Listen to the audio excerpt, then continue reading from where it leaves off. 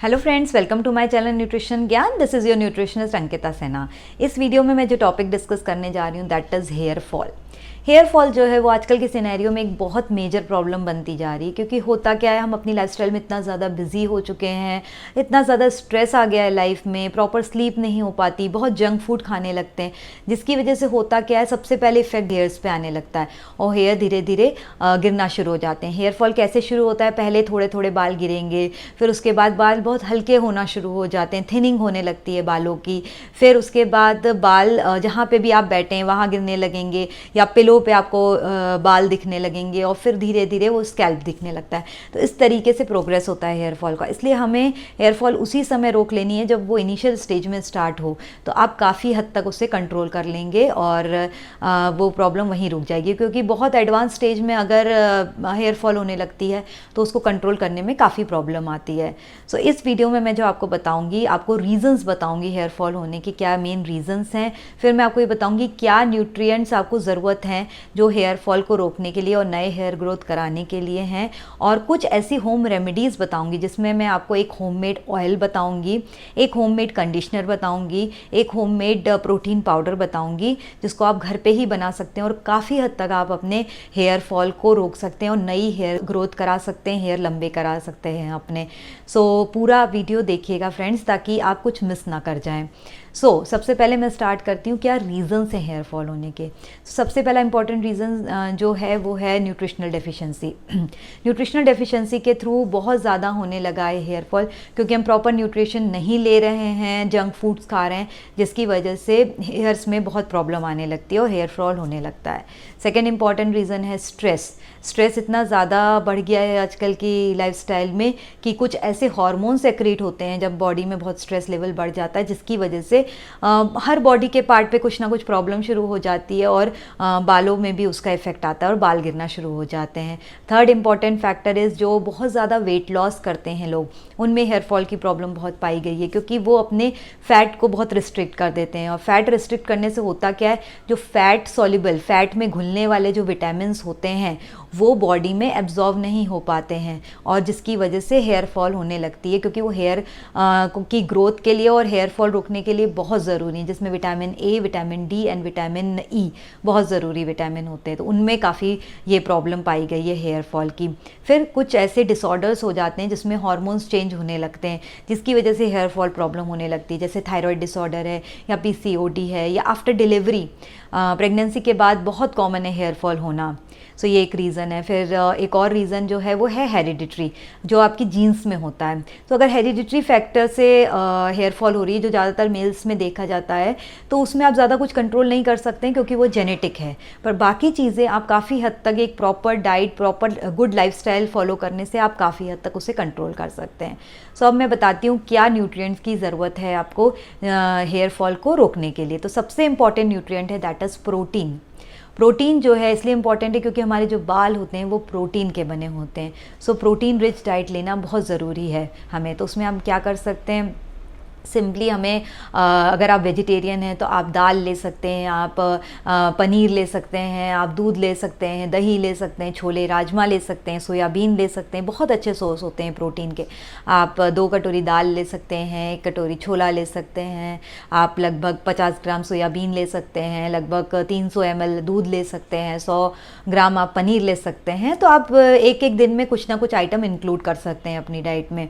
ये अगर आप नॉन वेजिटेरियन है तो आप एग इंक्लूड कर सकते हैं अपनी डाइट में। एग बहुत अच्छा सोर्स होता है, उसमें बहुत गुड क्वालिटी के प्रोटीन प्रेजेंट होते हैं। तो आप 2 एग खा सकते हैं, एग वाइट, और अगर आप होल एग खा रहे हैं तो एक फुल एग आप खा सकते हैं। या आप फिश खा सकते हैं लगभग 150 ग्राम।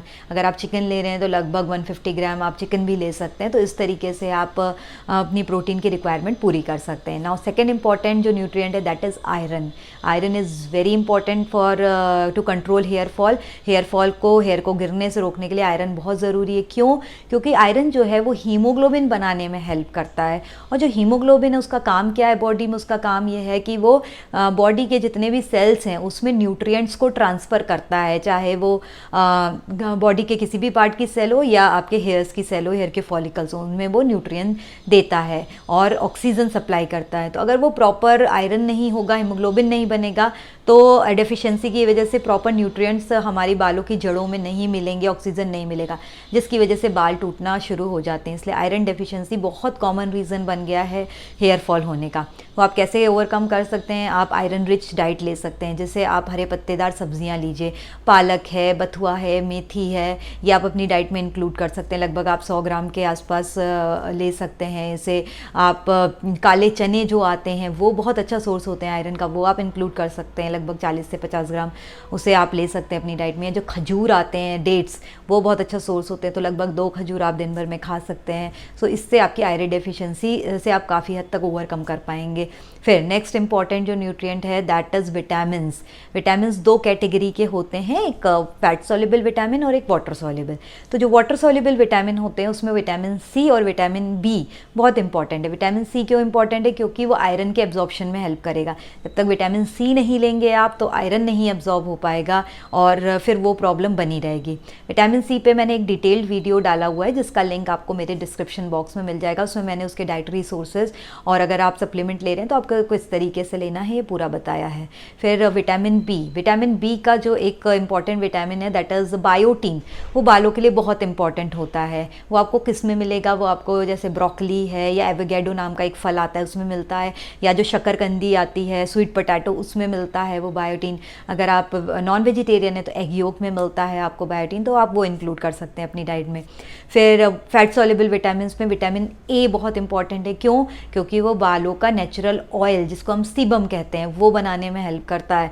और वो आपको किस में मिलेगा? जितनी भी लाल और पीली सब्जियां होती हैं उसमें बहुत अच्छी क्वांटिटी में विटामिन ए होता है, जैसे गाजर है, टमाटर है, चुकंदर है या आप कद्दू है, तो ये आप अपनी डाइट में इंक्लूड कर सकते हैं।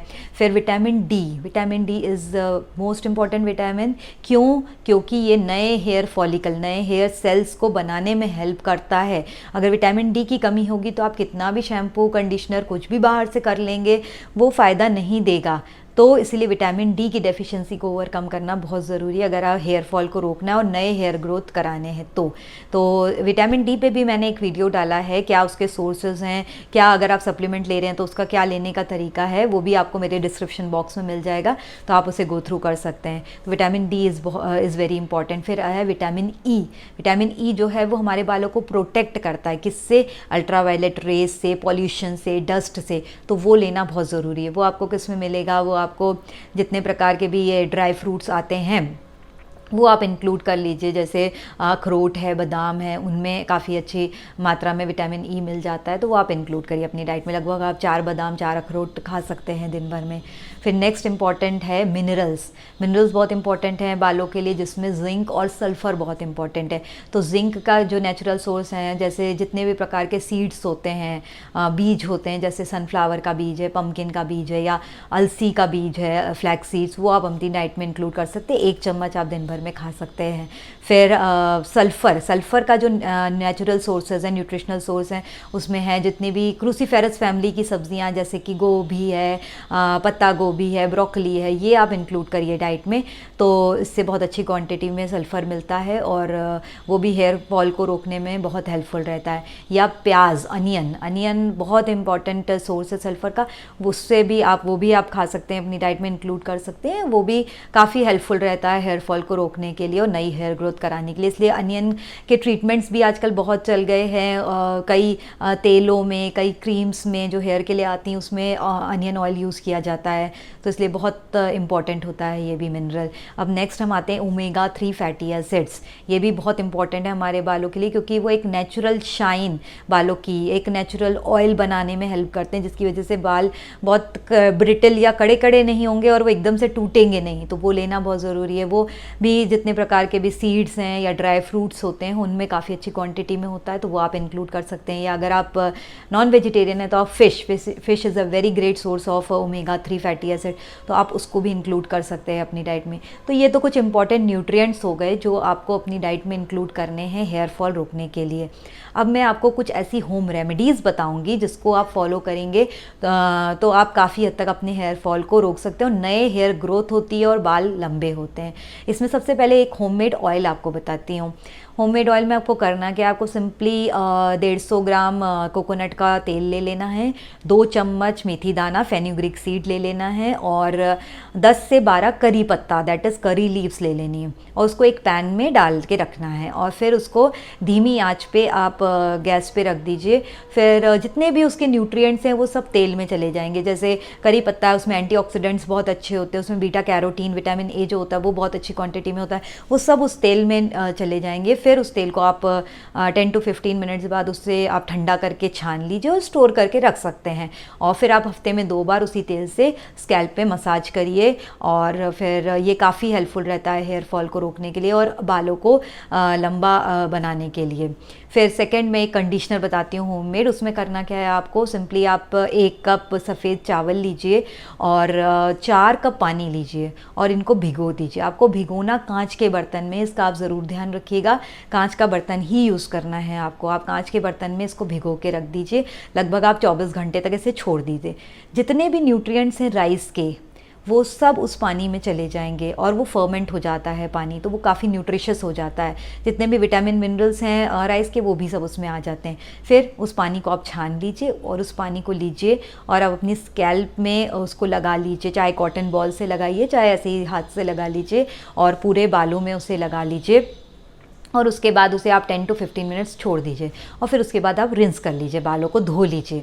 तो उससे होता क्या है, एक नेचुरल शाइन आने लगती है बालों में और नेचुरल जो मिनरल्स हैं उसके राइस के वो सब बालों को मिल जाते हैं, तो बाल काफ़ी हद तक टूटना रुक जाता है और नई हेयर ग्रोथ होने लगती है।